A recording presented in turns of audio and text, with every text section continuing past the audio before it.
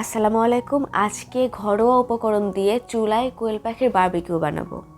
বাইরে থেকে কোনো মশলা কিনতে হবে না, ঘরোয়া মশলা দিয়েই বারবিকিউ বানাবো। প্রথমেই কোয়েল পাখিগুলো এভাবে কেটে নিব যেন মশলাগুলো সম্পূর্ণ ভিতর পর্যন্ত যেয়ে জুসি হয়ে যায়।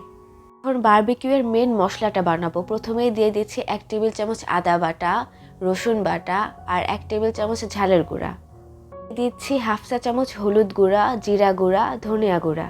দিয়ে দিচ্ছি 1 টেবিল চামচ সয়া সস, হাফ চা চামচ গরম মশলার গুঁড়া আর 1 টেবিল চামচ ভিনেগার। স্বাদ মতো লবণ দিয়ে 2 টেবিল চামচ টক দই, 1 চা চামচ চিলি ফ্লেক্স দিব।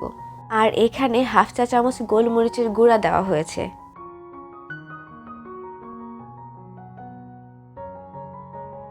সবকিছু খুবই ভালো মতো মিশিয়ে নিচ্ছি।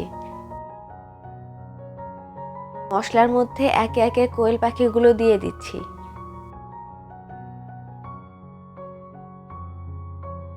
কোয়েল পাখির সাথে মশলাগুলো খুবই সুন্দর মতো মাখিয়ে মেরিনেট করে নিতে হবে।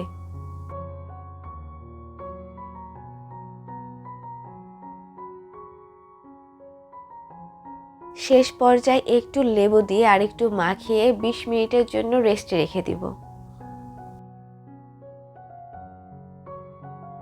যেহেতু এটা বারবিকিউ করব, একদমই অল্প তেলে ভাজবো।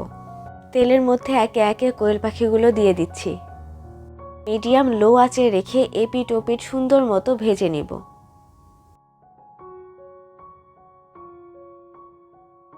মেরিনেট করার সময় যে মশলা বানিয়েছিলাম ওই মশলাগুলোই বারবিকিউর উপরে উল্টানোর পরে দিয়ে দিব।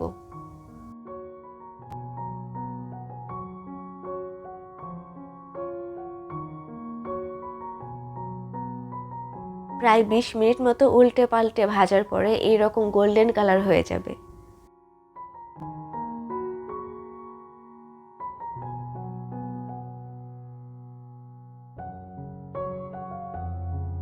বারবিকিউ এর স্মোকি ফ্লেভারটা আনার জন্য এখানে আমরা 1 টুকরো কয়লা পুড়িয়ে নিচ্ছি।